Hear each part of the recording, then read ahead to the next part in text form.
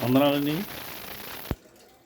వేళ నేను ఒక ఆరాధన వర్తమానం చూద్దాం అసలు ఏంటి అని యూట్యూబ్ ఆన్ చేస్తే ఆయన ఆరాధనలో పాటలు ఎలా పాడుతున్నారంటే కల్వరి టెంపుల్ వారు యేసయ్యా యేసయ్యా నీకే స్తోత్రము, నీకే మహిమ ఘనత ప్రభావము నీకు చెల్లిస్తామయ్యా అని పాట కట్టారు ఎవరు.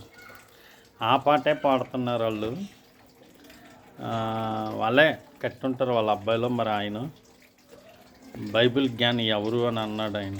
ఆయనకే తెలియదు, వాళ్ళ అబ్బాయిలకి తెలియదు. ఇక్కడ దొరికాడు.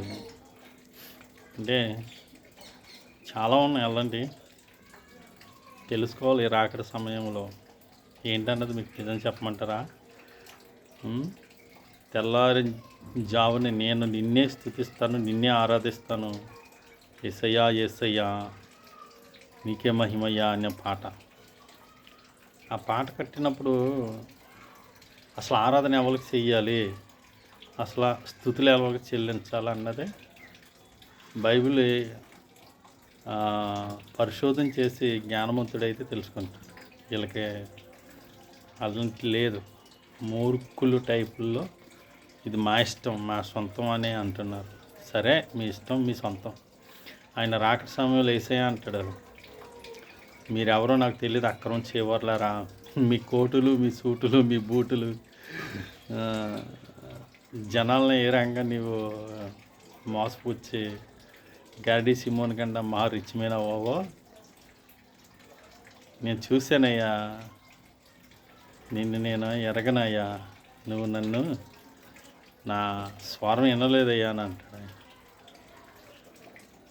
ఎలాగ ఆరాధించాలంటే యేసయ్య గారు చెప్పారు.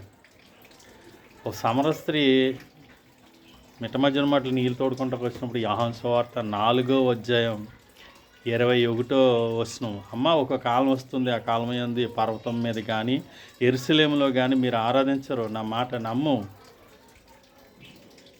23, అయితే యథార్థంగా ఆరాధించేవారు ఆత్మతో సత్యంతో ఆరాధించేవారు అట్టివారు కావాలంటే పరలోక తండ్రి కోరుచున్నాడు, అలాంటి వారిదే పరలోక రాజ్యం అని ఆయన చెప్పాడు. ఆరాధన చేయవలసింది యేసుక్రీస్తు కాదు, తండ్రి అయిన దేవునికి. అప్పుడే తర్వాత రెండో భాగంలో యేసుక్రీస్తుని గణపరచాలి.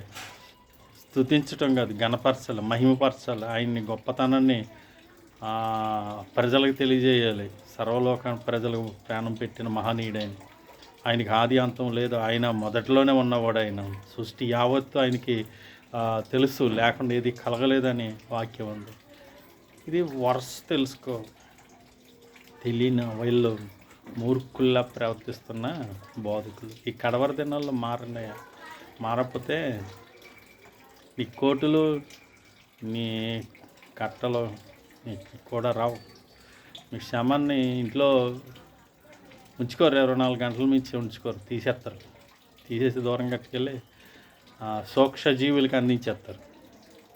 ఆ సూక్ష్మజీవులు కమ్మగా రుచిగా తింటాయి. నీ తిన్న జీడిపప్పు బాదం పప్పు పాలు ఫ్రూట్స్ అన్నీ నీ శరీరం కమ్మగా తింటాయి. అవును, నీవు మాలాంటి బోటిగాడివేనా? ఎన్నో సింహాసనం మించి లెగ్గొట్టిన మహనీయులు వస్తున్నారు, నువ్వు మాలాంటి బోటిగాడివేనని ఆయన్ని అని వస్తారు మొహం మీద. తెలుసుకోండి, అంత అలాగా మూర్ఖుల్లా ప్రవర్తించద్దు. ఏ రకంగా పాట కట్టాలో బైబిల్ని బట్టి కట్టండి. I love you India. God bless you.